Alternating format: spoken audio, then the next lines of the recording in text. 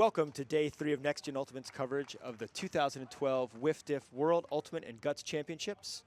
I'm Lou. I'm Chase. Today we've got a fantastic slate of games from the Open Division between the top seeds from pools A, B, and C. We're going to begin today with number 2 USA versus number 7 Germany, go right into number 1 Canada versus number 8 Colombia. Then after a bye and a break, we're going to finish up the day with number 3 Japan versus number 6 Great Britain. Chase, let's talk about this morning's matchup. San Francisco's Revolver is representing for the United States. They've been North America's best team for the past 2 years. They're playing Germany, Europe's best team. Let's start with the Germans. Well, the Germans bring a little bit of a different look from some of the German teams that we've seen in the past. They are coming to this tournament, what we've seen from them in the past, there's a long history of them being one of Europe's sort of top teams, sometimes right up at number 1 spot, sometimes a little bit lower.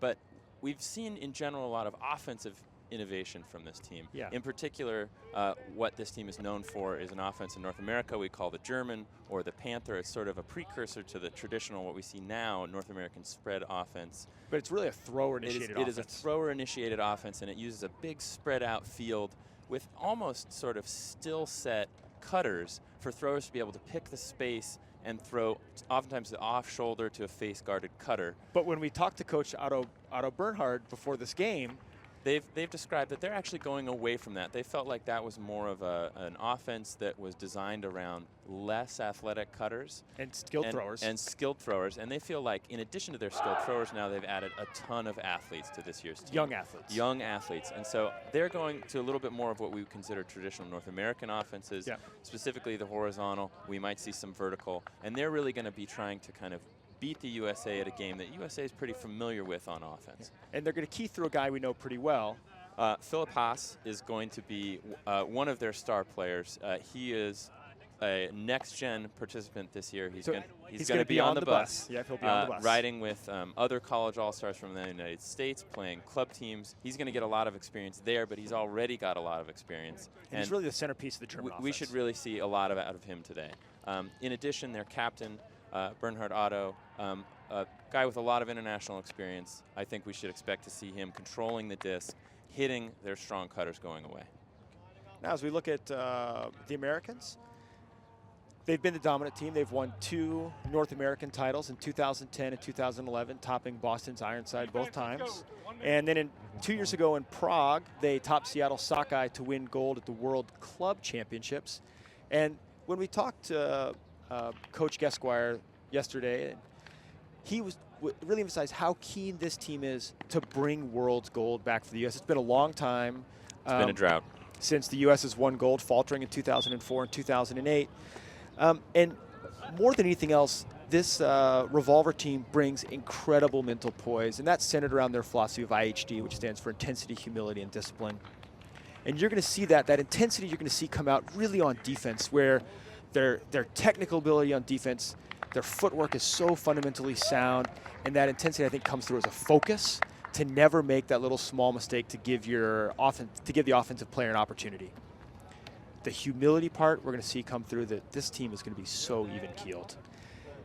They're not going to be high highs. There's not going to be low lows. They're going to bring the same level of play, emotional level of play throughout the game. Absolutely. That discipline piece, we're going to see that on their offense. You're going to see beautiful spacing where the 5 players without the disc and the player who's not on stage working really hard to create an open window, an open space for one cutter to be creative and get open. You're going to see Bart Watson, number 29, absolutely phenomenal cutter in space. Robbie Cahill works a little closer to disc than Watson usually does, but a great thrower. And then both of those guys have the phenomenal bow catchers to throw to. Absolutely. In addition, they've added another key player from the United States, absolute from the superstar. Texas double-wide team, just for this tournament, number 30, Kirk Gibson. Just an incredible pickup. It will be really interesting to see how this already incredibly talented USA team is able to really integrate him into that disciplined offense.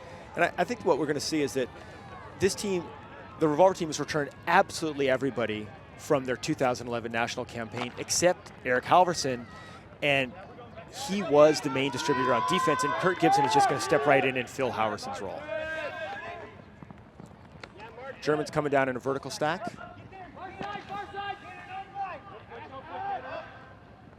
Kalb. Butenmuller with a chance for an early goal. Beautifully spaced. Beats Colorado star Mac Taylor. That was just incredible closing speed. There's not very many people when that disc goes up, even with a few steps, that are going to pull away from Mac like that. I think maybe just a little bit of an early warm-up for him, but still, that was an incredible throw. Great closing speed by a big receiver. And really a great throw by number 42 Cable. Just gets out away from his mark, gets enough separation to get that long backhand out there. And there's exactly what we heard we were going to see from this German team. They immediately go to a very cutter-initiated offense. They hit a quick strike up the line, open side, boom for the huck. That's exciting, ultimately. Okay. And we're going to see Revolver, Team USA, here on offense for the first time. I would expect the Germans to play man. You can see Captain Cahill talking to his team, calling the play, stepping in next to number 50, Bo Kittredge. And pretty classically, you're going to see Cahill catching the first pass. Pull from Germany.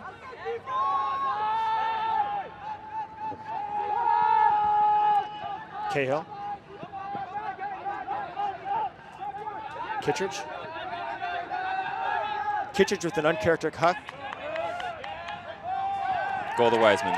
Wiseman, no trouble. That isn't something that we've seen out of Bo Kittredge historically, although increasingly, teams, they back him.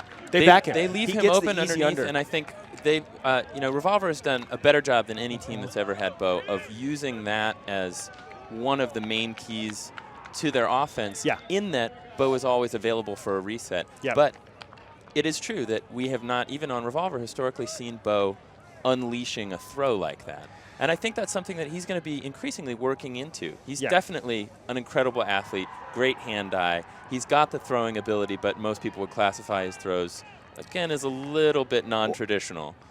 I really like Bo as a thrower, actually, because I think that he does something that great throwers do, which is he knows exactly what he has. Absolutely. And he knows exactly when and how to use it. In that case, I think if the marker had done a little better job of containing the backhand, Bo's not going to throw a forehand there. He doesn't have the 40, 50-yard range he would have needed there for a forehand. But because the marker gave him the alley to throw that backhand, he's got the power to throw a nice flat backhand out there to Wiseman, particularly when he's throwing to Wiseman, and Wiseman's got 4 steps. And you just get it out in front of Wiseman and you can run it down. Okay, here's Philip Haas collecting the first pass. Germans out of a horizontal.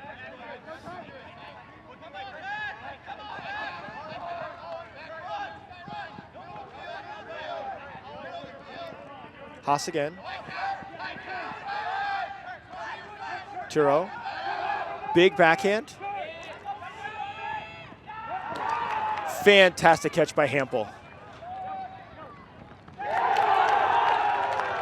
Gibson gets beat twice there. I thought Gibson did a great job on his closing speed to get close to that I disc. thought he had it. I almost thought it was going to be a D, but a really excellently collected disc. Great job by Hampel, and then as the disc comes in, just kind of Gibson just doesn't quite get enough pressure on the mark. Oh, man, actually a very touchy throw going to a receiver running hard away at close quarters. And Butenmuller collects the goal for Germany and a 2-1 German lead. This German team, everything we heard, again, was that they have improved their athleticism, but I am really impressed so far. Not only are they athletic, but they know it.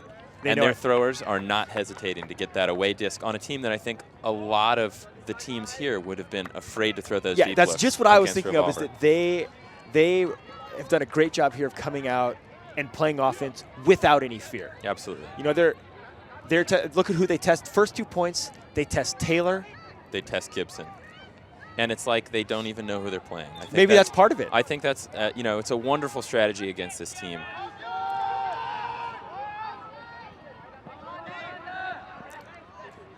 And 3-3-1 from Germany. Cahill.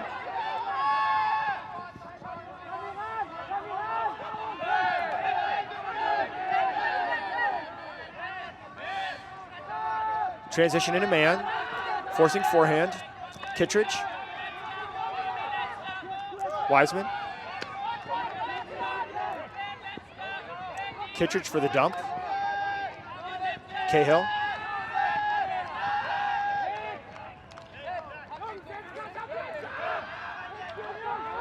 You know, there's something here, Lou, that you have talked about a fair amount with regards to defending Revolver, which is, again, the German defense is afraid of him going away. And so they're really backing him.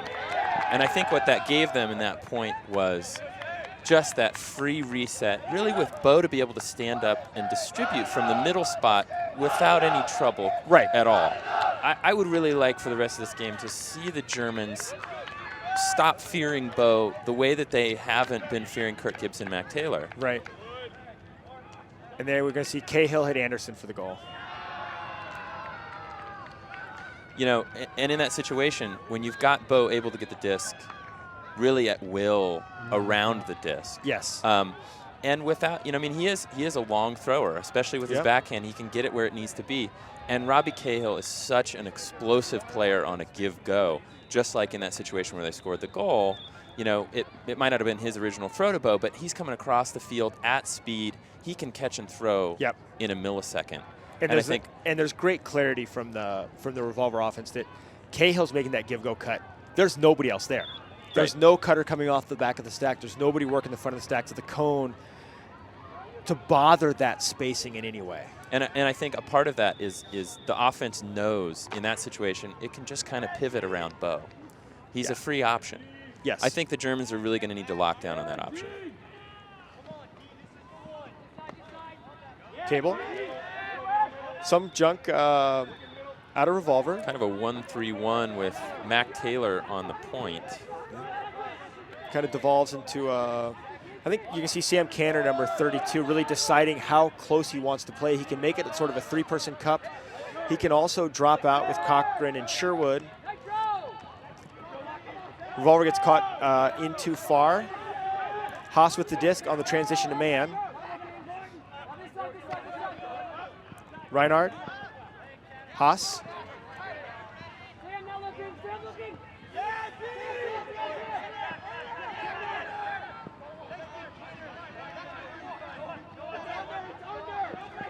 Revolver D starting to clamp down on the resets.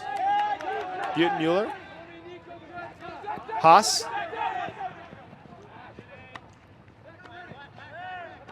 Tureau. Cable.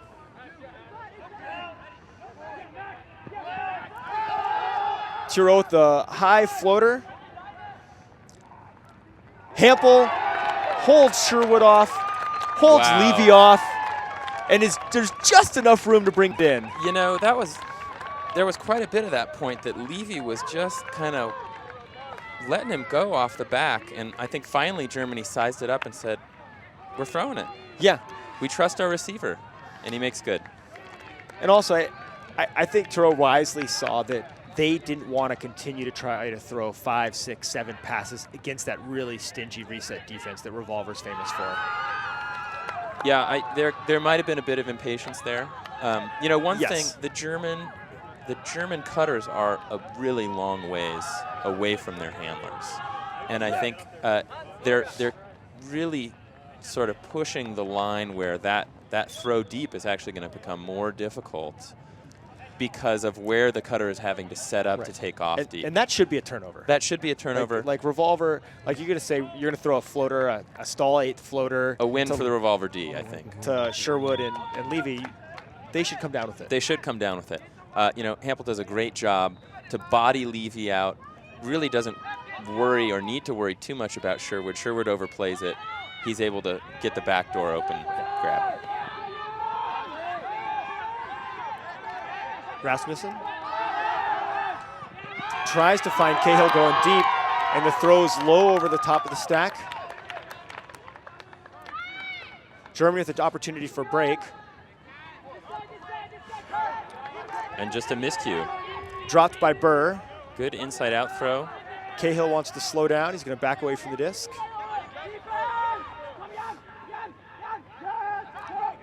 Kittredge isolated, runs out. Wiseman.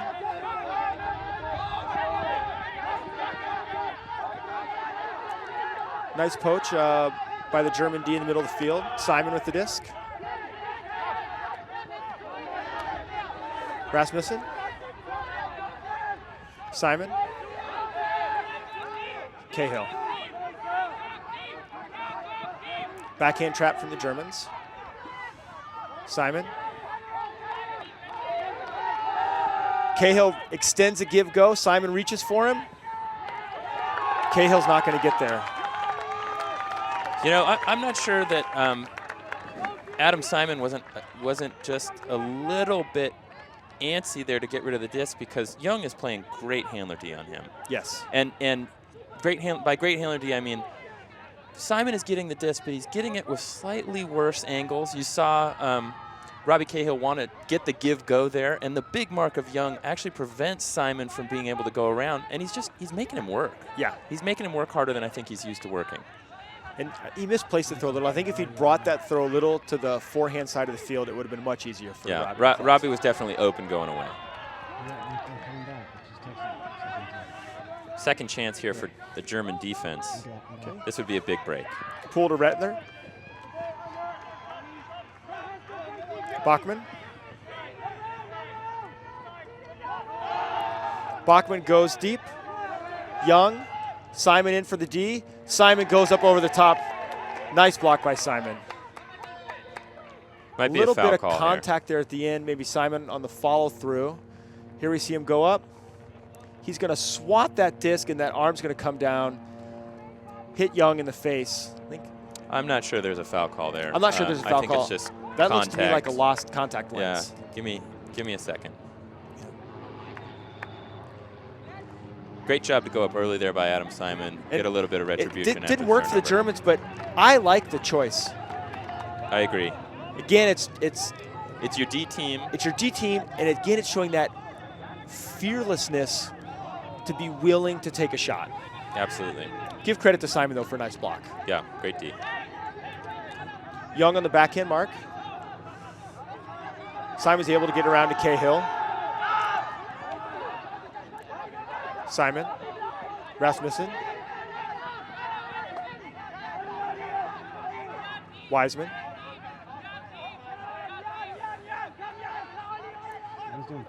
Physical D from the Germans.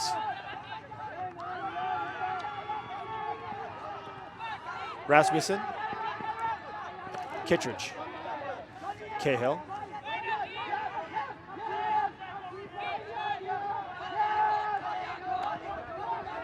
Schlatchet. Back to Cahill on probably a pick from the stack. Rasmussen. Kittredge.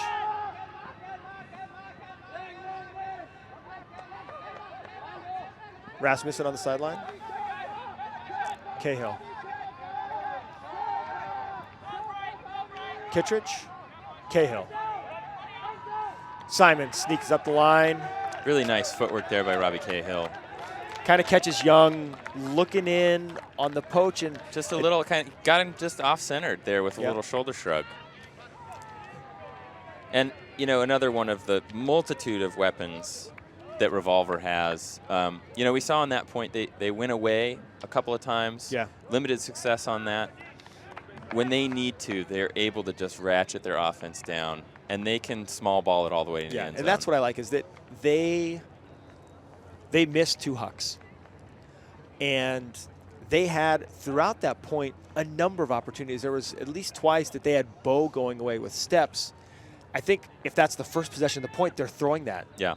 But they're such a smart offensive team that they look and they say, okay, we've messed up twice going for the long ball here. Absolutely. We need to bank this. And they go to that focus and that discipline and just make sure.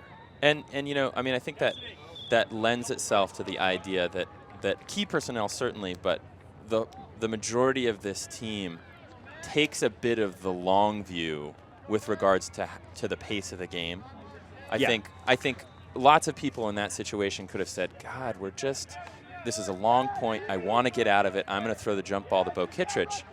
But in playing small ball, they set the tone for their next offensive point.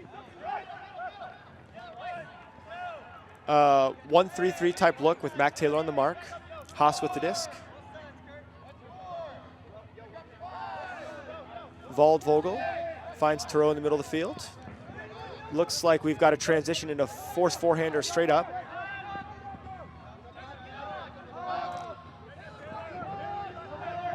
Germans get out of it. Turow. Haas. Reaching for Butenmuller. Easy money. I think that whole thing is set up. Taylor's doing a great job containing the conventional reset, and that frees Haas going up the field. He catches Haas is going to catch, he's going to catch a 15-yard gainer, and Taylor just can't get there in time. Yeah. No, that was, and, you know, again, credit the Germans. No fear throwing away, especially to their big, Butenmuller, big runner. Defended by Kawoka. That's a, even if the throw's not perfect, that's a great matchup. That is a great matchup to throw too. And perfect throw. Yep. So to just kind of set the stage here, we're looking at Germany up 4-3 on serve. There's only been 2 turnovers for each team so far in this game. That's come on a pair of hucks by Revolver and a drop and a huck defended by the Germans. And that was on a Revolver offense versus Germany defense point. Otherwise, it's been a clean slate for these teams. Yeah, and it will be really interesting. You know, one of the valuable things that Revolver brings for their success is they can grind.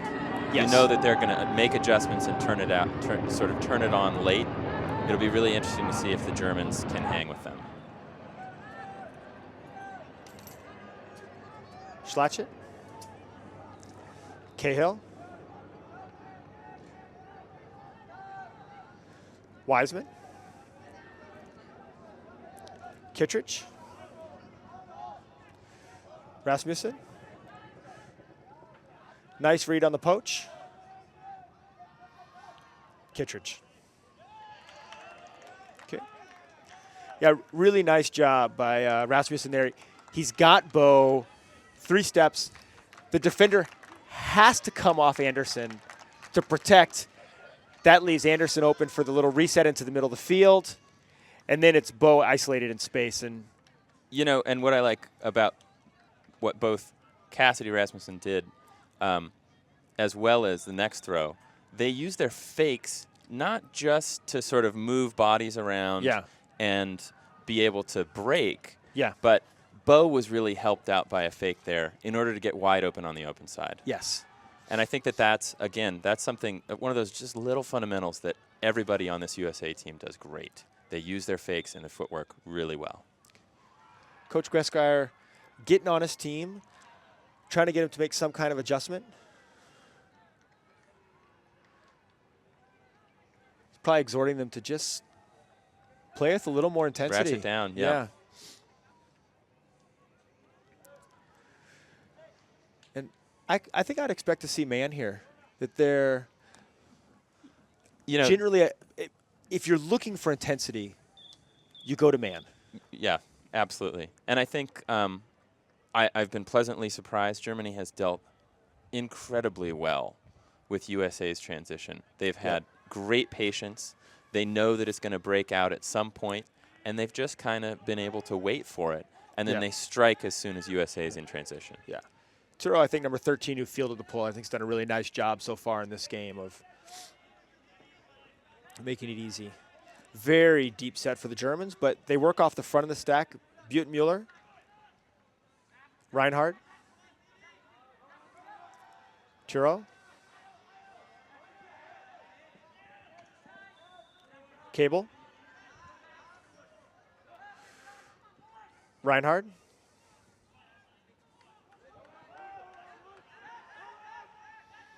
Turow, Butenmuller.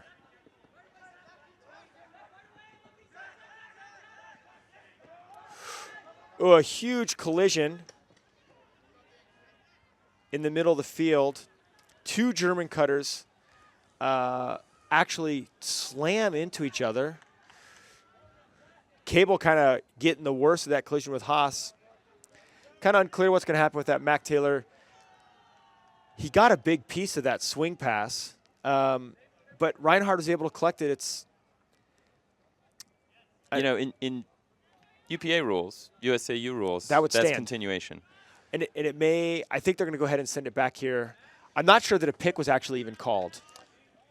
No. But because the disc hadn't been thrown at the time that like a pretty clear injury timeout takes place, it's going to go back to Butenmuller.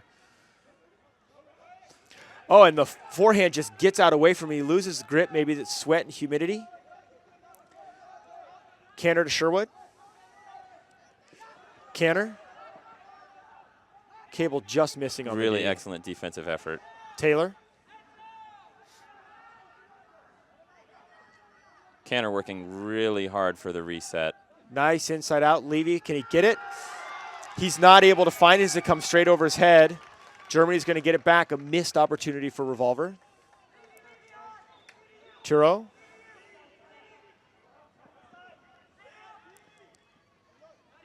Back to Turo.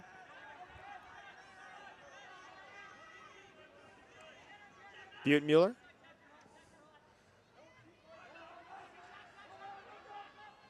Turo. Haas. Very deep set. Haas reaches.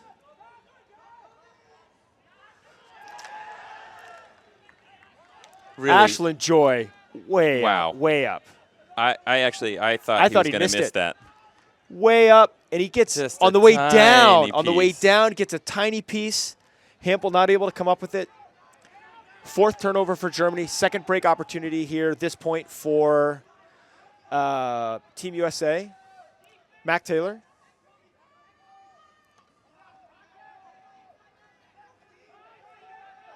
Levy. Floater to Cochran. Bit of an unconventional technical throw by Levy, but really Yeah. nice delivery to Cochran. Absolutely. Puts it out to space. And Martin Cochran is really the sort of athlete that can run with just about anybody in the game. Yeah. I mean, in straight line speed, he's really hard to match. And I think you saw that in that point, actually from several USA players. That the inline speed is great. The straight line speed is great, and when they give themselves space with really even just a half step on a German defender coming under or away, their breakaway speed is just incredible.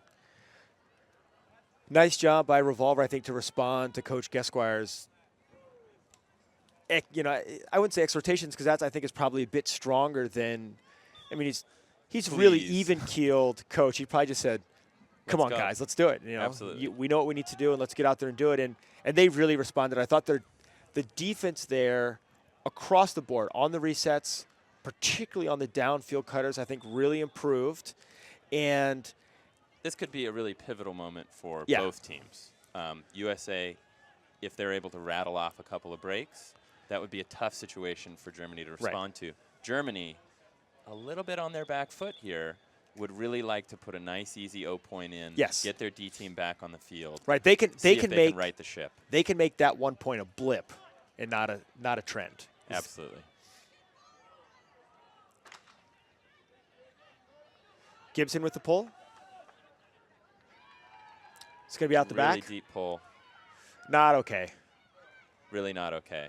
I mean, you're trying to build defensive rhythm, and in addition to giving up 40 yards. And, I like Germany's ability to work off a dead disc. And I Yes. think if I'm Team USA, I would rather have that just added little element of flow to help the defense, that added little element of chaos that a catch pull injects as opposed to going off a dead disc. The And disc USA floats and almost gets away two with defenders miss it. Turo really causing matchup problems for Team USA. Big swing around. Vogel's going to come down. I think there's a pick called, so we'll send it back to Turo. Okay. You can see just pops up. Everybody misses it. Oof. Reinhardt's able to just come in and second lucky break on a floater like that. The other one being the goal in the back of the Great far end over zone. Levy, that's right. Yeah. Or around Levy, I should say. Turow looking for Waldvogel. Throws a little flip pass to Haas, but instead it goes to Canner.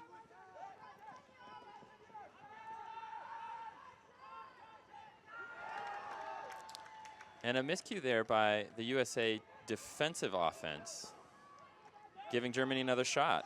Big And- forehand from and they're by willing to take Reinhard to Hampel. Defended by Sherwood. Stays out. Again, I actually like I the don't- idea of a shot there. That I don't wasn't the like one. that shot, no. And even if it's well thrown, I don't like that shot. Really? No. I think the shots that they've thrown well have been backhands, not forehands. I just think from a technical aspect, that forehand was not crisp. No. And I think Reinhardt's, he's one of your main cutters, not necessarily the guy that you want making that throw. Yeah. Gibson brings it up, marked by Haas. Finds Sherwood. Win. Canner. Throws the floater to Sherwood. Great choice. Sherwood, one of the fastest men in Ultimate. Not Just able to tails get there. away a tiny bit. You know, if Canner can hook that the other way, if he can make that just a tiny bit outside in and not inside out, no problem for Sherwood. I think he might have been sort of still playing as though there was a little bit of wind. headwind. You know, And in the previous days, we've had that from exactly that direction. That'd bit been a of headwind, yeah. And so just a little bit of a thrower's wind turns that disc over. It floats right into Sherwood's arms. But there's no wind today. No wind today at all. Yeah. And I thought Levy going the other way did a great job on that little touch forehand to Cochran to use the no wind. Yeah. Canner there trying to use it, misjudges just a little bit. Okay. Haas brings it in, marked by Canner. Horizontal stack for the Germans. Turow. Waldvogel. Turow. Haas. He's got an open receiver, opts not to throw it.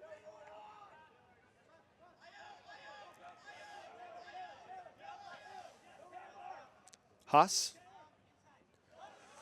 Some discussion on the play.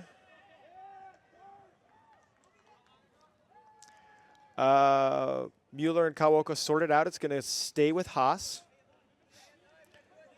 German stack well out of range at this point, probably 30 yards off disc following that dump.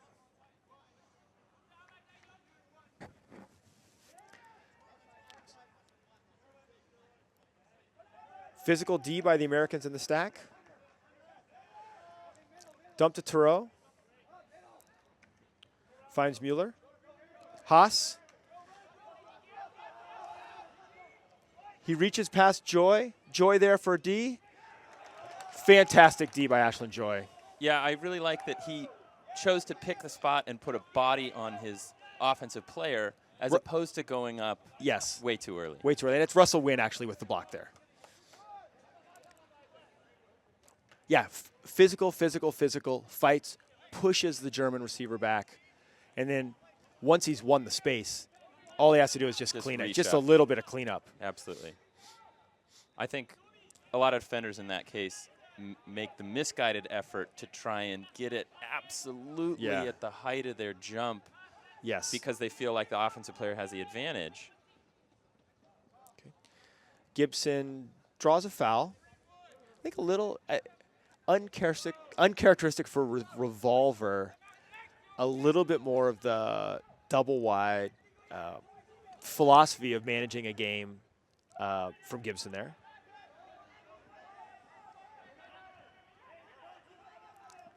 Kawoka. It's got Gibson wide open. Gibson's going to wait patiently for it. If he can keep it in. And he does. And he does. Really nice job. He's got lots of time. He's able to go up early, catch it, look down, spot his foot in. So And, you know, those two sides of the disc are really the power of Kirk Gibson. We saw him start the play, picks up the turnover, Yes. manages the disc down from the handler side, Yeah. and then able to just run really uncontested Yep. into the end zone, in part because I think the German defense was not expecting that to come from the handler position. No. And I think here at 6-4, the Germans have given up 3 in a row. 2 breaks after a really clean early going. They're now sitting on 7 turnovers. They wisely call a timeout. So while they're taking a break to talk things over, try to sort out some of the difficulties they're having offensively, we're going to take a break. We'll be back with you in a moment.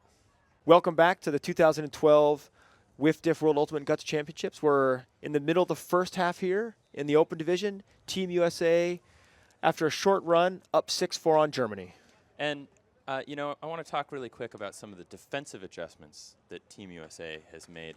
You know, they're a remarkable team in their ability to adjust in the middle of gameplay. And we saw early the Germans were really able to have a lot of success going away, but a big part of that was anchored by number 13, Thureau, being able to not just get the disc on the reset by, you know, using his hard attacking style, but he got it in really favorable positions. And I think Team USA has really ratcheted down and maybe put a really specific matchup on him, or a few matchups on him, to stop that part of the German offense, and it's really paid dividends. Yeah, they're really defending him in a way to push him back.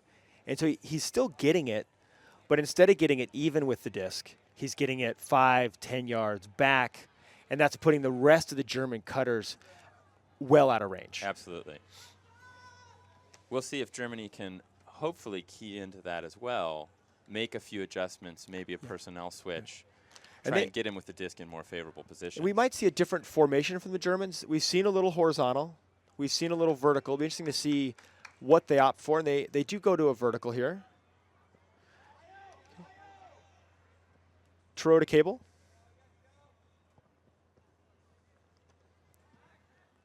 Mueller. Hampel. Thureau running deep.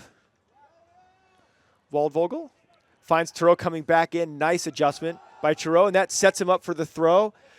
And this time, Kurt Gibson is able to come up with the huge block on Butenmuller. Nice adjustment, great adjustment by the Germans to move Thureau down the field, gets him in great position to make a throw.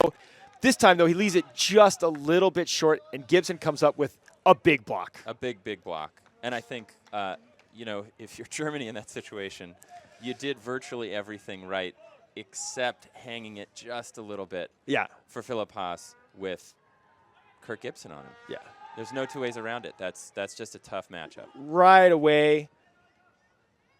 That disc is going to be back close to Germany's attacking end zone. Yep. Great position for them. Yeah, and really, Ashland Joy really reaching, trying to find Mac Taylor going deep. And that window on that sideline was so tight. Disc tails away. You're in a tough position. Yeah. This is lockdown defense time, certainly for Team USA. And Germany setting their stack, I think, what many people would consider fairly close, too close. Deep, but like really close to the strong side. Close to the strong side.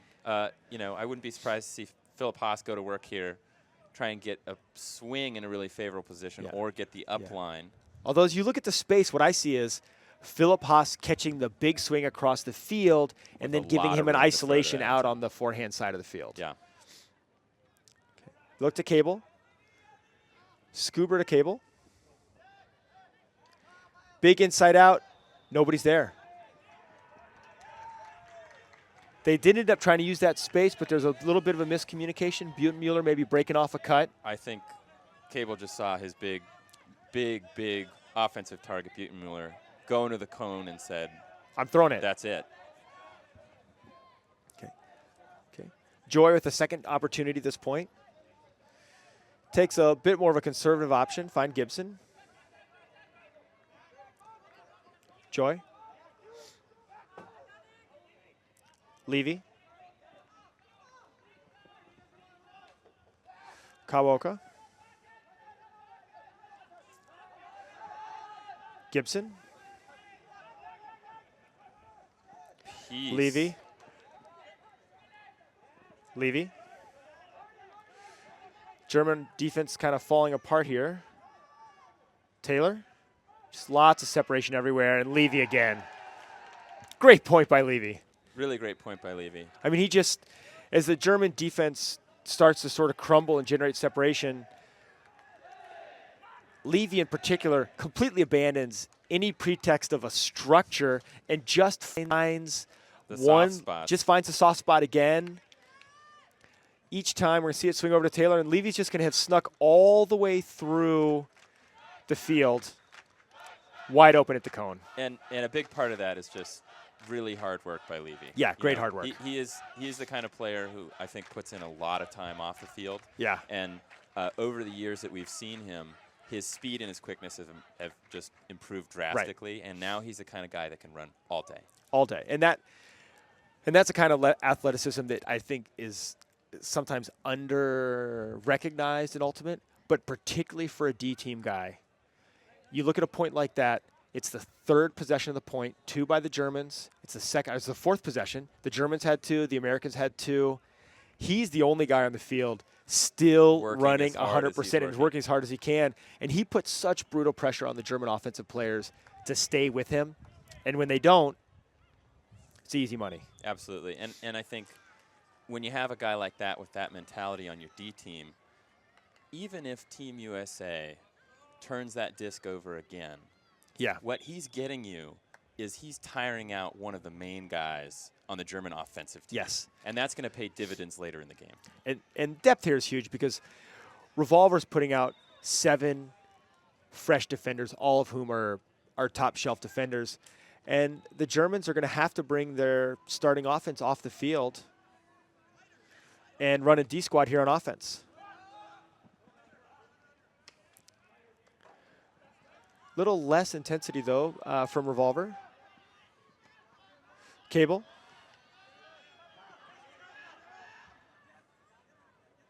Retner.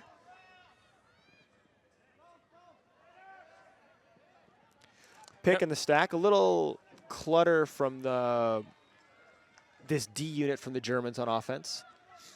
It's not quite as clean. You know, also, Revolver, that was very interesting. I agree. They were very loose coming down on the pole. Yeah. Almost like they're playing some sort of half-court set. Yeah. Like back them early and then let them kind of get a little bit of momentum and then tighten up. I'm a little bit baffled at how their defensive strategy is working right now.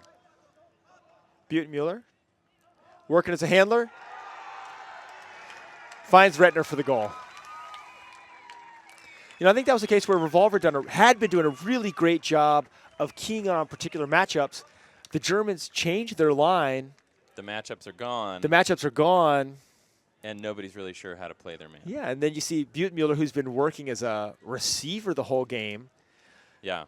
I think if Germany gets back into this game, the big German Butenmuller is going to have to put a lot of the weight on his shoulders and carry him across the finish line. Yeah. And also, I think they've been relying on Thoreau a little bit too much to distribute for yards. Yeah. And I think that they are going to need Haas in particular to step up and get the disc and distribute for yards a little more consistently, get a few more touches, and take some of the pressure off the other German handlers. I really like what Germany is doing now as far as their offensive adjustments, though. Yes. We've seen 2 players who I think at the beginning of this game we would have categorized in certain Typecast them, and they've both illustrated that they're able to play different roles on the field. Okay. Cahill. Pick as Kittredge moves into isolation.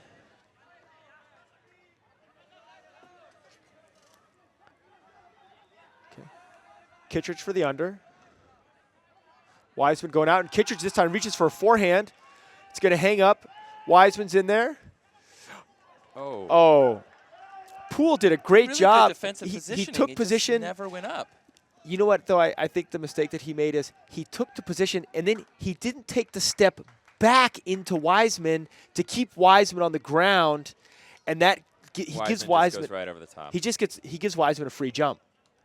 And you know, credit to Wiseman. Yes, great receiver. Absolutely. I think a lot of people look at him and go, speed guy, speed guy, speed guy. Yep.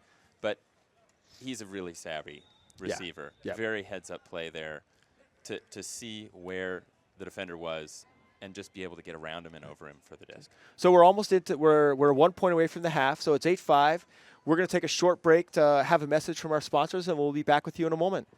Welcome back to our coverage of the 2012 World Ultimate and Guts Championships. It's Team USA 8, Germany 5. Kurt Gibson, with his second out-of-bounds pull of the first half, is giving Philip Haas the disc on the brick marked by Levy. Finds Thoreau working off the front of the stack. Butenmuller. Thoreau.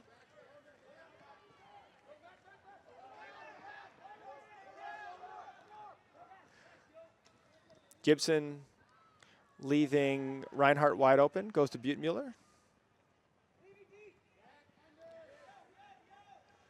Thoreau. Cable. Haas. Finds Mueller for the goal. You know, I think one thing about that point, actually, that goes back to maybe even 3 or 4 points ago. We saw Thoreau go downfield, Yes. get the disc, be able to distribute more from a cutter position. Yes. After a great adjustment by Team USA to kind of shut down his ability to grab the disc from a handler position in attacking spots. And I think that opened up the possibility that he will go do that, which made him much more open in that point. Right. To be able to get the disc And in he those did favorable start positions. initially working from the front of the stack and not from behind the disc. I think Germany's making great adjustments right now. Yeah. I also thought consistently throughout that point, the revolver defenders made an uncharacteristic fundamental error throughout, which is when you're guarding the reset and it's a backhand force, you have to play more conservatively than you would against a forehand force, because that flip backhand is so much easier than that little forehand inside out or Going even the up the lefty line. backhand. And how many little flip backhands did we see from the Germans on that point? Four or maybe? 5, yeah. And I just am surprised revolver defenders usually so fundamentally sound that they would give that up consistently again and again. And we might see that from Revolver today. I think this is the first game that they've really been challenged on. And Germany is really putting on quite a show. Yeah. I think their combined score yesterday was 34-5. Kittredge going out. Cahill looks it off. He's got Weissman underneath. Great bid by Raz. Kittredge. Kittredge with a forehand to Cahill. Really nicely done for half. 2 forehand hooks we've seen out of Bo Kittredge. Again, I think he's adding dimension to his game every year. Yes, and I think it's terrifying for opposing teams if Kittredge gets to the point when he can consistently deliver strikes to players going away. You see Wiseman getting it. He's going to find Bo wide open. And then Cahill is snuck from the handler position, and Cahill's deceptively fast and big for a handler. Yeah, and, you know, really the full package. Yeah. He can do it behind the disc. He can go away. He can get up really strong in the air, and he's incredibly speedy. Yep. So at halftime here, Team Germany showing some real quality. They have given up a pair of breaks, so they are down 9-6. They will be getting the disc to start the second half. They've only had 2 opportunities for a break. So Team USA on offense has really shown a clean sheet, a little sloppier when it's the Team USA defense versus the German offense. But a well-played half by both teams. I think both teams are going into half cautiously satisfied with how things have gone. And I think if you're Germany right now, they have made really great adjustments on offense. Yes. They have seen what Team USA is doing to them. They have very quickly responded and moved players into positions to take advantage of some of the softer spots in the Team USA. So really nice flexibility for the Really Germans. nice flexibility. Yeah. I want to see that kind of adjustment in their defense. Yes. This is a defensive game for them at this point. I know that they are really trying to challenge this Team USA team and hopefully get away with a victory here that would put them in fantastic position going into the power pools. And I think I want to see that defensive adjustment. Yeah. I know what the adjustment would be if it was me, which is they're letting Bo and Cahill in particular run free. They've got to when we talked with Bernard Otto, the captain, he said that they weren't going to focus on any one or two revolver guys because they're all great. But I think at this point is Cahill and Bo are just destroying them. They need to bring help off somebody else and just make somebody else do it. And I think make them throw a couple extra passes, just increases the chance that there's going to be a mistake somewhere. And in both situations, maybe slightly different for Cahill, but certainly for Bo, I think everybody respects him deep. Yeah. He's a dangerous receiver, but make him prove it. Put a runner on him, force him deep. He's not gone there this game. No, they haven't hucked to him once. And so, and he has hurt them really quite badly, getting the easy underneath, being able to distribute from that center position. I think they need to put a great defender on him who's going to force him deep and see what he can do. All right, so I think that's going to put a wrap on our first half, Chase. We're looking at Team USA 9, Team Germany 6, and after half, we'll be coming back with Team USA pulling to Germany. Welcome back to the second half of Team USA versus Team Germany. Team USA is up 9-6. Lou, one of the things we wanted to mention to those of you viewing at home, particularly in the States. Particularly in the States, as well as in Germany, you'll see Team Germany wearing a black armband on their arm. And that's actually in remembrance of one of their former captains who just recently passed away, Phyllis Timmerman. He was on the German Open team since 1998, and he's been a captain on that team since 2004. Died this June in 2012, and they're wearing that black armband in remembrance. In remembrance for him. What adjustments are the Germans going to make in the second half? We spoke to them at the half, and all in all, I think they were really pleased with their early performance. Yes. In my opinion, that may be a little bit of a trap because I think Team USA came out somewhat slow just in order to feel things out and started making adjustments. But the Germans did respond, especially on offense. Yeah. I think one of the things that they spoke to really wanted to bring was fire, especially on defense. Mm-hmm. I don't know that we'll necessarily see a ton of structural change in their defense, so much as just a little bit more intensity. Yes. I would hope, just as we spoke to going into the half, that they would maybe put a little bit more focus on a couple of key matchups.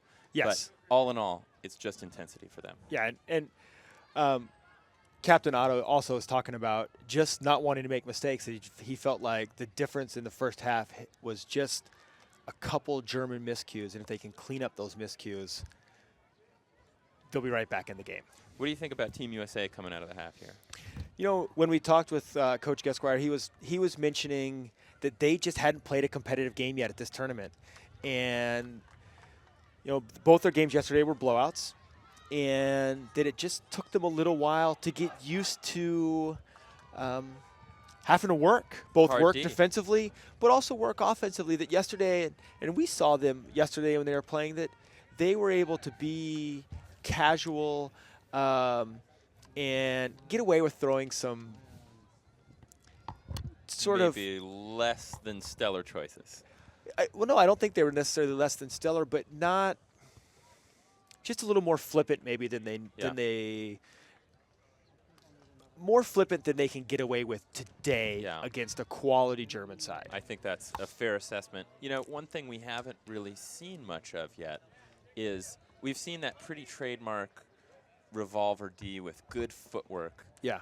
And they've gotten some Ds, but most of them have been going away, picking up a huck, and getting there before. We saw a really nice layout by Kirk Gibson. Yep. But I have not seen a layout around around the disc yet. Yep. Really from either team. There was a couple, maybe one or two from the German squad.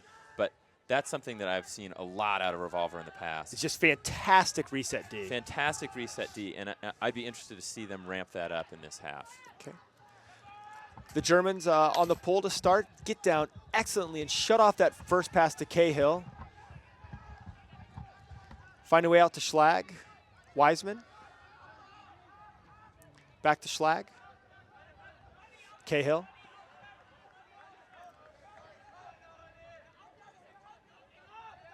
Hester. Kittredge. No mark on Kittredge.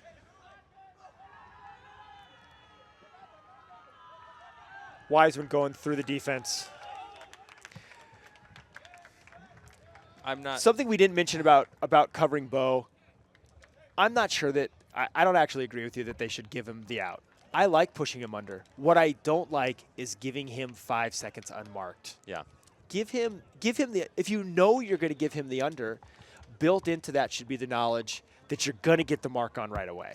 And, you know, what's funny about guarding Bo in the digital age, I'll say, is I think everybody has heard a lot about how Bo is so dangerous deep, but his weaknesses are in his throwing game. His weaknesses are in his flick, and his weaknesses are in his backhand, and he's not comfortable with the disc. I don't agree that he's totally comfortable. I think he's totally comfortable with the disc. And I think people are, even when they do mark him, in part because of just he's a very lanky guy, and he can get around a mark. Yeah, absolutely. But I think in part because people sort of have heard that he's not as comfortable with the disc, or he even looks like he's a little awkward with the disc. Yeah, absolutely. They will throw a much looser, more kind of aggressive mark that tries to go after his big pivot. Yeah. And it gives him really free open looks. Yeah. In a really interesting, like on the break side and the open side, in a really weird way. Yeah. Okay. USA up 10-6. Waldvogel to Turo. Breaks to Haas. Cable. Big throw. If that sits, it's going to be a goal. No headwind today to help. Germany, again, kind of showing us a bit of a run and gun style. I love the aggressiveness. I love the aggressiveness. You just want that throw to connect. Yeah, I think yesterday that's an easy goal. Absolutely. I think today with this really minimal wind, there's no sit on that. It just runs and runs and runs and runs. No, but two fast receivers going away, steps on their men, a bit of an inside-out backhand, not a technically easy throw. But Capel tried to throw a great throw when he could have thrown a good throw for a completion. Sherwood. Really tight mark. Fights off the foul to find Wynn. And I think Wynn at this point's going to call a foul, just kind of slow down, give everybody a chance to recognize that the Germans are bringing a bit of lumber. Haas on the mark. Didn't see much. Casino. Gibson.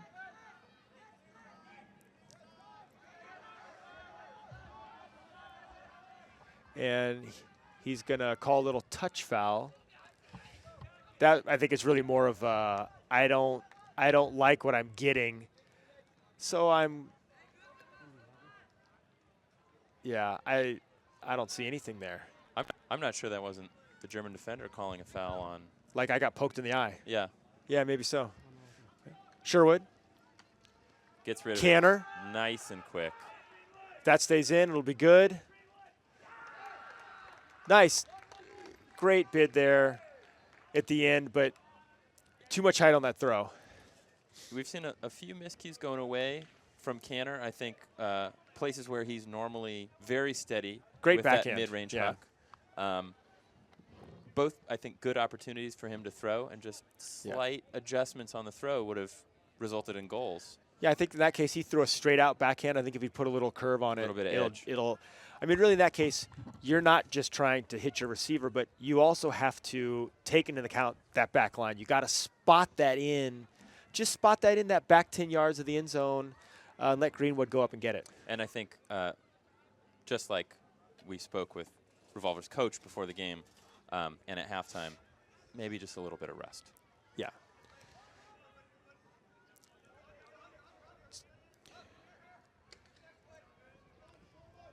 Wide open comeback cut for Germany. Finds Butenmuller. Chiro. Nice poach by Gibson.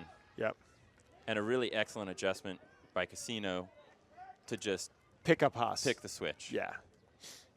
And fair amount of lumber there from Gibson, both a backpack on the catch and then fouls, and Turo's just, he's all smiles. Yeah, here's the nice poach bid from Gibson. Arm on the back.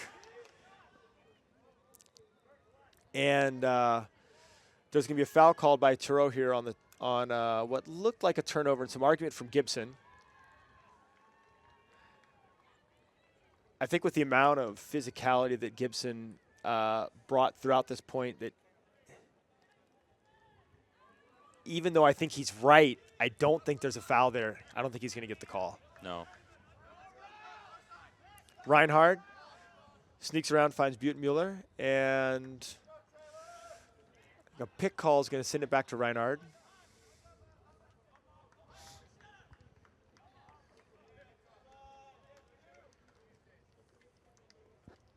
Now it's going to come back to Butenmuller. Second possession for Germany at this point. Butenmuller defended by Wynn. He's got Cable going out. Well poached off the backside. Nice read, nicely read and defended by Ashlyn Joy. Canner was beat by 2 steps. Joy saw it the whole way, finished the play. And I think Cable has an opportunity, maybe to finish that if it's just like a great read and a great grab, but he had to turn over his back shoulder for it. Okay. Team USA going the other way. Greenwood. That was a cheeky little block. It really was. He just. Nice quickness turning the corner. Yeah. Greenwood looks, throws a little touch pass. Turow just gets out and gets enough of it. Reinhardt. Joy on the poach. Turow. And Russell Wynn with a diving point block. The stop was almost a sure goal to Haas. Wow. And we've seen Second that from fantastic him before. D. Second fantastic D from Wynn. He is a very heads-up defender. Yeah. For a young guy especially. Canner opts to call timeout here. I think a wise timeout call. This will be the D squad's third possession. And here's Wynn with the great block. Knocks it into the stands. Wow. That's just a heads-up play. Okay. So as the Revolver D team, I think showing some uncharacteristic hiccups and lack of focus, they're going to take a break and talk things over. We'll take a break too, back in a moment. Welcome back to Team USA versus Germany. USA sitting up 10-6 with a chance for a break. Fantastic block by Russell Wynn. I mean, that was just an unbelievable heads-up play by Russell Wynn. You got beat up the line a little bit, but has the wherewithal to turn and lay out on the huck, seeing the downfield Philip Haas wide open. And then this would be their third chance, just lots of turnovers on this point, and really uncharacteristic from Revolver to make so many mistakes. I think they just called a timeout to get things settled. They isolate Gibson, but just choose to maintain possession. Sherwood up to Gibson. Wynn. Joy. Gibson. And just like we were saying, coming out of the half, Lou, or out of the timeout, Revolver just slows it down. They throw a series of nice, easy passes. I don't think they had to really throw a break other than maybe that just little inside-out backhand flip. Yeah. And really using their legs and getting underneath to be able to. Yeah, nothing spectacular. They just flip it into the end zone. All fundamentals. I like that possession.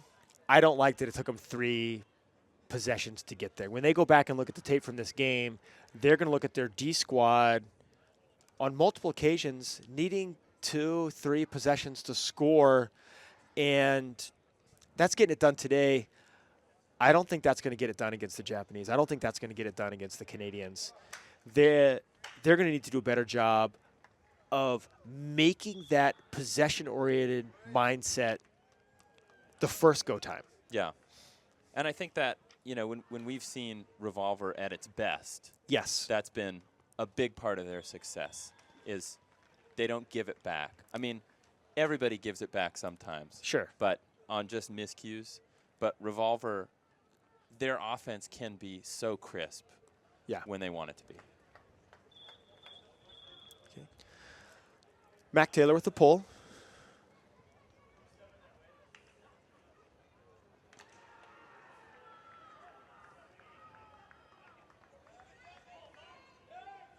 Really nice pull by Mac, just making sure it lands in bounds. Haas.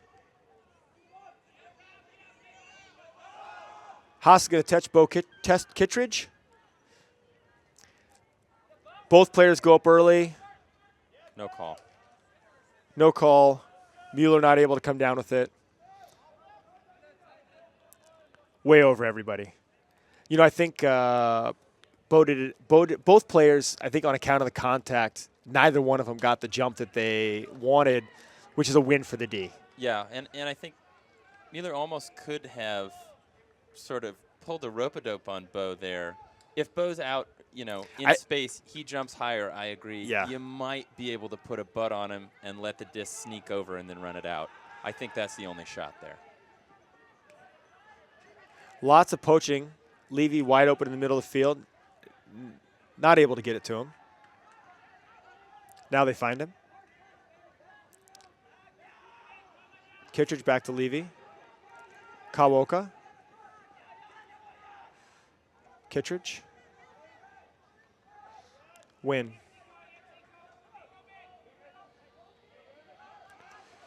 Taylor. Travis.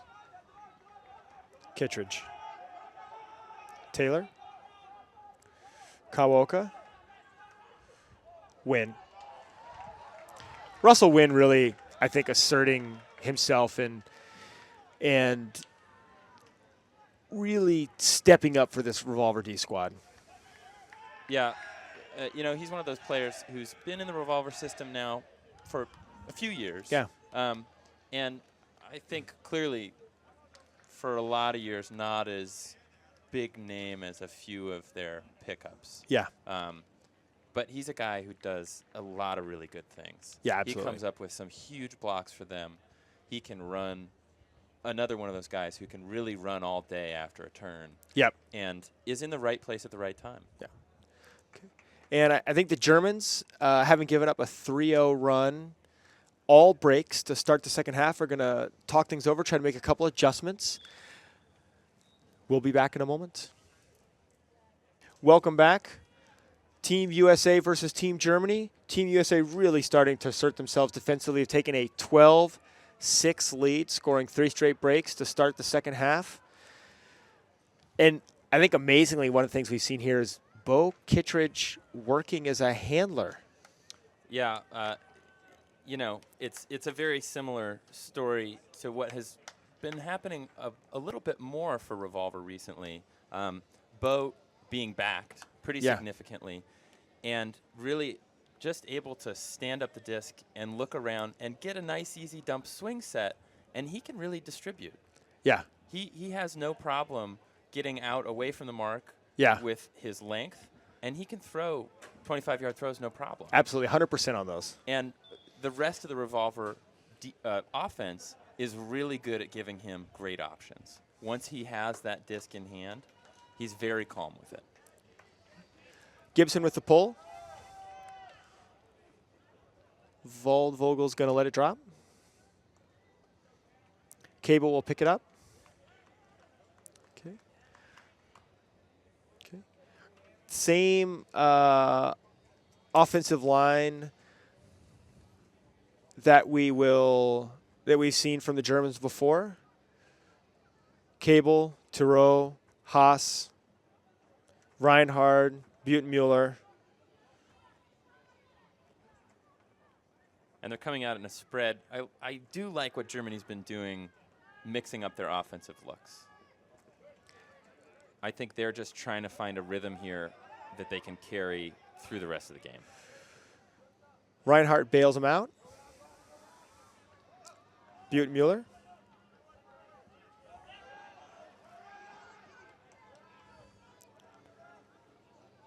Foul on the mark.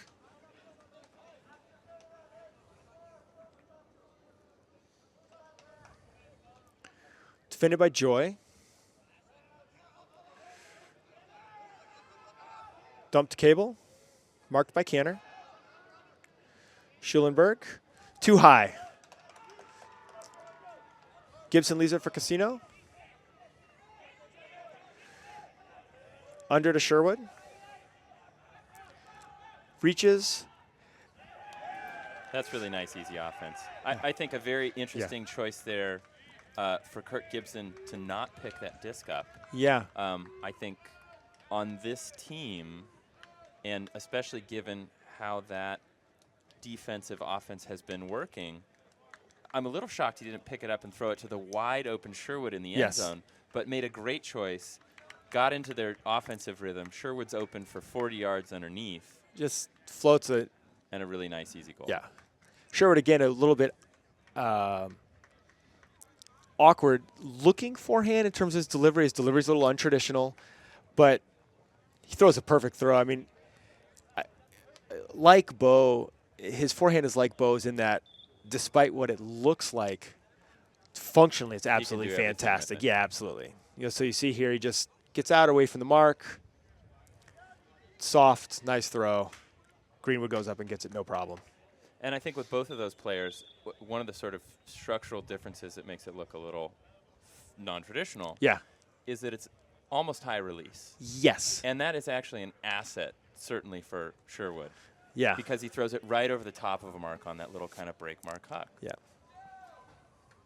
Okay. So the Germans bring in their D team on offense this point. Ebner.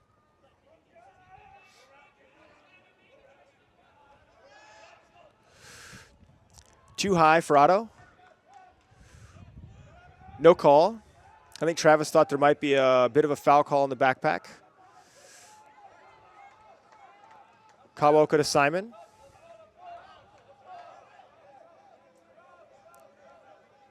Very crowded offense here by Revolver. Yeah. Managed to find Levy. Levy to win. Cochran. Oh. Miscommunication there between Martin Cochran, Mac Taylor. Both players out of the Colorado program. I think they may have played together for a year.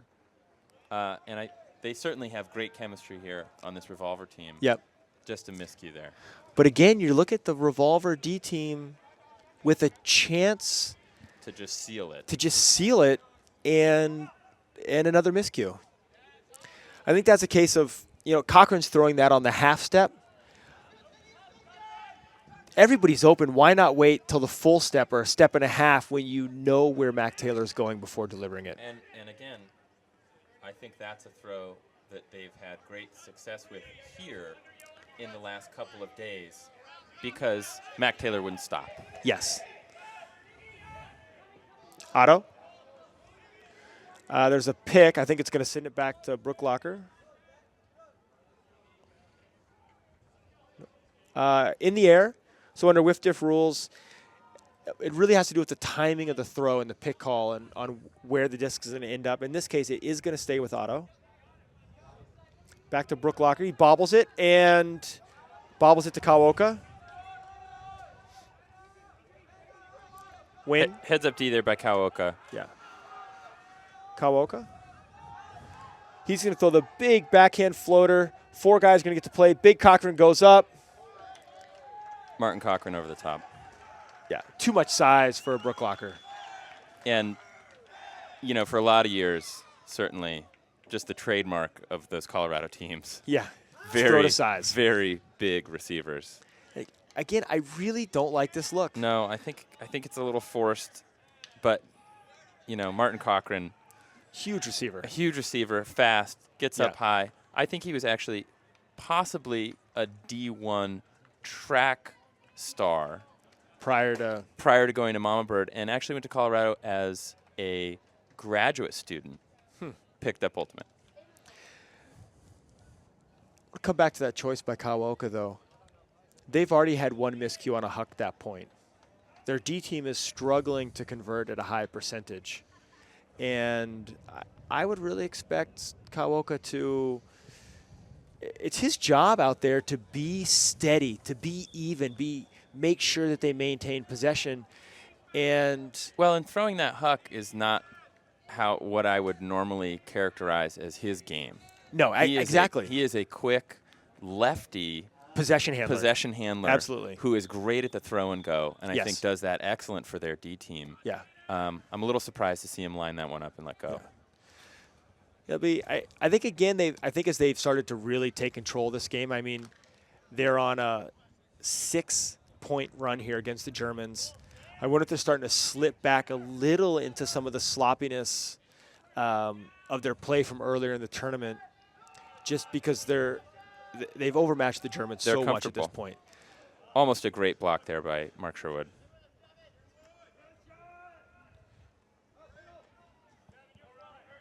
Jakob.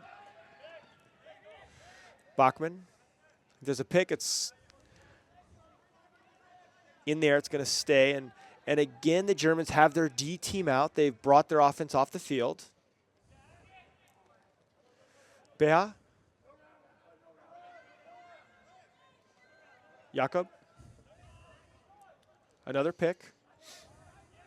Little cluttered downfield from the German offense. Around. And really their handler set kind of disappeared there. Now it's back. And another pick, third pick this point. I think that just might be fatigue on the part of the German cutters. Also maybe a little D team. You know, D teams oftentimes are a little more effort than clarity. Comes back to Beha. Shaw. No, the Germans are having no trouble getting around the revolver marks, though.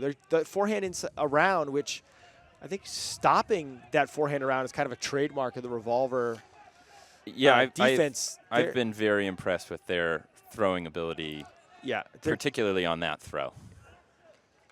Nice catch there by Jakob. Just One a too great many tee. passes to Sherwood. Yeah. And, you feel like, I personally was just waiting for that one. Yeah. I feel like you see one of those out of Mark basically every game. Yeah. And I think he was lining it up and just saw his window and went. And I think Bachmann still had a chance to catch it, but just not quite experienced to deal with a defender of Sherwood's caliber. Okay. Jump ball to Tanner. Well defended by Beha. And again, uncharacteristic Interesting sloppiness. choice. Uncharacteristic sloppiness from the revolver D team.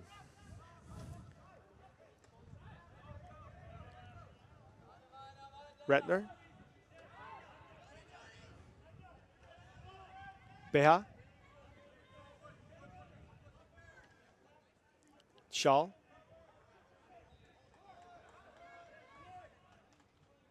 And a drop on the sideline. Casino looks.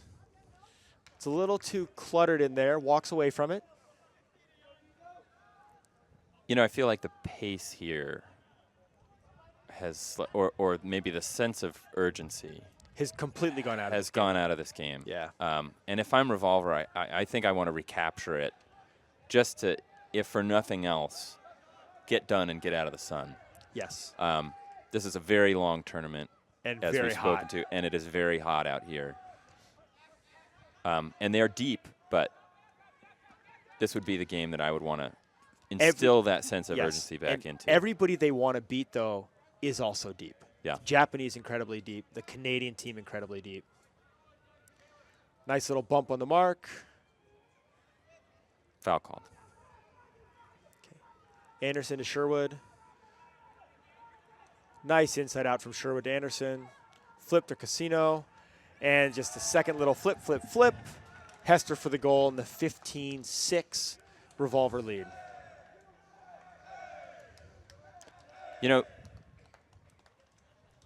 Here we see that really nice inside out by Sherwood, and Revolver's just off to the races. Part of what Sherwood's mechanics get him is because he sort of holds the disc out independent of the rest of his arm and body motion, he can really get that release anywhere he wants. And so in that case, as he leans out, his defender is going to lean out with him, and he just adjusts. He adjusts, gets what he wants. And he can flip that throw. He can then just flip it. Basically anywhere. Yeah. Yeah, I agree. And he can also, and does, throws it a long ways away from his pivot foot. Yes. If I'm Coach Gesquire here, I'm saying no more hucks. I think Just absolutely. at this point, up 15-6, you're just trying to do good work in preparation for the rest of the tournament. The work that they can do here on out is to really try to improve on that. It's not to improve on the sloppiness, but to improve on the focus that avoids the sloppiness entirely. And one way to do that is just say, hey, we're not going to huck it. We're going to do this with our legs and with possession. Taylor with the pull. O-line back on for Germany. Waldvogel to Turo. Back to Waldvogel. Turo. I think that's going to come back. I think Turo a little too quick for Gibson. He's able to step and get around. I think we'll probably see Gibson try to use his size and body.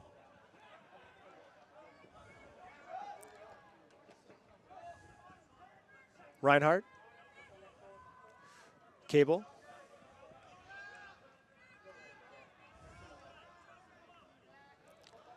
Haas. Turo. Nice inside-out break backhand. Big floater. Lots of guys there. Taylor goes up huge. Not enough room. Not enough room. And I even think those Germany receivers maybe even had a chance to get one up over Mac Taylor. Yeah. If there's a little bit more room. If there's they more had room. Great separation. They had to stop They were and wait there for it. first. Yeah, and in fact, I think Young got a full hand on it. I think it was out of bounds. Might have been out of bounds. Yeah.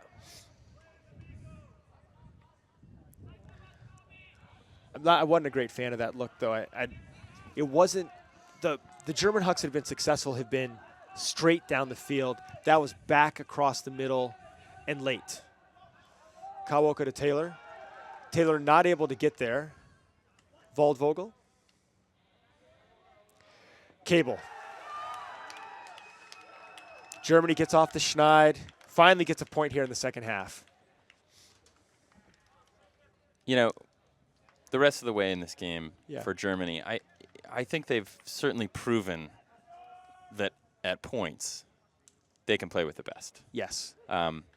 It's no surprise to me that this is one of the best or the best European team. They've certainly shown they can move the disc quick. They can move a mark around. They can huck. They have big-time receivers. They have big-time throwers. I think for them it's really putting it all together. And that's what they've lacked a little bit. They even adjusted quite well to some of the defensive maneuvering that Team USA did. I think, you know, for this team to be successful, they're going to have to figure out how to do it time after time on offense and also cut down on a few of those miscues by their defensive offensive team. And I think they're going to need to improve their depth from that. It's strange to say improve the depth within your top seven, but I think we've seen Turo played a magnificent game today. Butenmuller played a magnificent game today. For them to be successful, though, Cable, Haas, Reinhardt, those three guys are going to have to step up and play at the same level as Turo and Butenmuller have. And we see right there, the Germans try a little junk late in the game, and Bo finally gets his huck for a goal. He does. I think that was I think that was Josh Wiseman who lined up the huck. Yeah. I mean, if there is any way. It's Cassidy Rasmussen. Cassidy Rasmussen. If there's any way that you throw to Bo Kittredge, that's the way to throw to Bo Kittredge. He can come down with a sky ball, of course. Yeah. Big-time athlete. But his speed is far and away his biggest weapon. That was a low laser. All the way down the sideline. Yeah. Blading into the receiver. Nobody's catching that but Bo. And a fundamental mistake, of course, by the deep to not, once that swing, as soon as the disc is in the air to Cassidy, the deep has to hit the make line. Sure that he's hitting the line and he's winning that line. Absolutely. And I think for those who had not seen that breakaway speed as a deep, you might kind of say, oh, well, nobody's going to get to that spot. And Bo can. So, game point here, Chase. Let's talk players of the game. Yeah, for Team USA, we didn't see today Bart Watson. Nope, he's coming today. He's so coming today. He'll be here the field. rest of the way for this tournament. And really, really for Team USA, I think it came down to players that you wouldn't necessarily sort of say are their dudes. We saw Levy come out and run great, both, playing great as a defensive player, but also just running after the turn, his defender ragged. Yeah. We saw Russell Wynn. We saw Russell Wynn doing two huge blocks and doing a very similar kind of just 2 huge blocks, a couple of great layouts on offense. Yep. And again, running the offensive player for Germany who's covering him as a defender, running that person ragged. Yeah. And those kinds of performances, I think, are really in big-time games what divide Team USA from everyone else here. So my opinion, it's those two guys. I gotta say, I'm gonna go with Bo. And I just offensively, he almost played like a college best player game where he just, even though maybe he's typecast as a receiver, he did all the sort of little things that are necessary to win. Comeback cuts, hucks for goals, throwing resets, handling, running give and goes. Yeah. And really, the way I would characterize that is Bo takes what you give him. Yeah, and he did an awesome job And today. he did an awesome job with that. Okay. On the German side. Now let's talk about it because we just saw Buttmuller hit Haas for a goal. Yeah. 16-8 USA. Yeah, what do you think on the German side? Of course, ever impressed by Haas. I think he might need to shoulder a little more load, but Yes, you can just see absolutely. it in everything that he does. Yeah. He's comfortable with the disc. He moves well. His throws are great. Yeah. Couple of uncharacteristic mistakes maybe on overextending on his huck, but I think big-time player for Germany. I got to go with Turo. I thought without him, they would have done nothing in this game.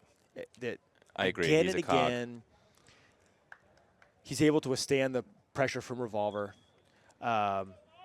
He's distributing the disc. He's throwing goals, doing a little bit of everything. Doing a little bit of everything for the Germans. Yeah. You may laugh at this pick. You won't laugh at this pick. I got a soft spot for the big guy. For Buttmuller. Buttmuller. Absolutely. He's a great player, but Yeah. being a tall guy myself, I was really, really impressed by him. Yeah. And not only his ability to get up big, but to run. He is both, he's that excellent, excellent combination of a guy who is athletic in the air, but can get after that quick, low huck. And he had some closing speed today that I was really, really surprised and pleased with. Ooh, an unfortunate moment here for the Germans. Raz coming in and going down with, I think, looks like a hamstring injury guarding Cassidy Rasmussen.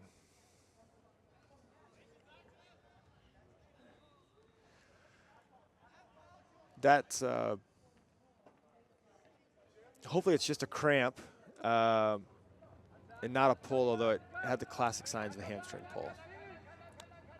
And as the trainers over there attending him, Team USA again on the run. Yep. Okay, foul called. Wiseman with the disc. Kittredge back for the dump.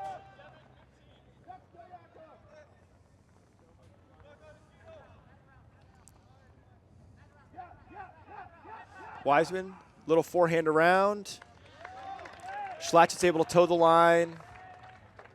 Team USA is going to win 17-8. So early on,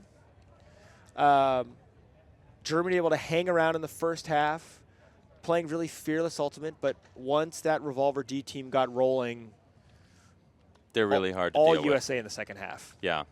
And I think, we spoke to the German captain Yeah.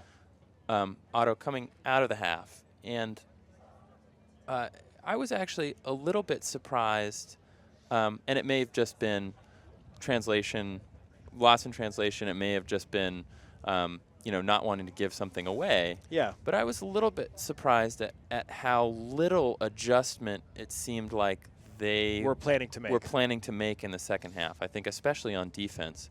And that certainly is a characteristic of absolutely Team USA as well as a lot of the North American teams. Pretty constant strategic adjustment as gameplay progresses. Right. Like you would expect in North American Ultimate, you're going to expect in the second half the team that you're playing is going to do something different from what they did in the first half. Yeah, and I was a little surprised that we didn't see, or both hear or see, much adjustment, especially on D, and I think that really might have been the difference maker. Team USA comes out, rattles off a bunch of breaks in a row to open the second half, and Germany really just can't get back on the horse. So let's wrap up our players of the game conversation. USA, we agree, Wynn, Levy, Kittredge. Absolutely. Okay. And then on the German side, Churro, Butenmuller, and Haas. I think so. And again, I think it'll be awesome to see Haas more later this summer. Absolutely. Yeah. I think for those of you in the U.S., you should stay tuned to Philip Haas. He will actually be in the U.S. on the Next Gen Tour, July 20th through August 23rd. You can find all the dates of where and when those games are going to be on the Next Gen website, which is nextgentour.com. And I think, clearly that will be a really interesting storyline for the Next Gen Tour. Right. How does Philip Haas integrate with U.S. Ultimate? How does he deal with the bus? How does he deal with the bus? How's he going to deal with the bus? It's clear the guy knows his way around a Frisbee field. Yeah. He's very confident. As a very young player, is primary kind of the centerpiece of this German offense, which is a sort of a young, athletic, run-and-gun kind of offense. Suits his style well, but I think he'll be a really interesting player to watch going forward this summer, as well as the rest of this tournament, where I really think Germany can make some noise. So we're going to take a break here, Chase. We're coming back to do a second game. We're doing Canada versus Colombia. That's going to be at 11:30 local time, which will be 7:30 p.m. Pacific time. And I hope you'll join us. I'm excited to see these two teams. I think both teams play an aggressive, physical style. This will be a really very interesting matchup. Yeah, and it's going to. I think it'll show us there's some questions about the Colombian team about how they're going to, what kind of team we're going to see here in comparison to the 2008 team. And also the same kind of questions surround the Canadian team. They've lost some big names. Big names. No Lugsden, no Grant, no Cruikshank. So it's a really different Canadian team from what we see, from what we saw in 04 and 08. And so I hope everybody that you'll be back to join us here at 11:30. On behalf of everybody here at Next Gen Ultimate, I'm Lou Burris. I'm Chase Sparling-Beckley. Been great talking with you.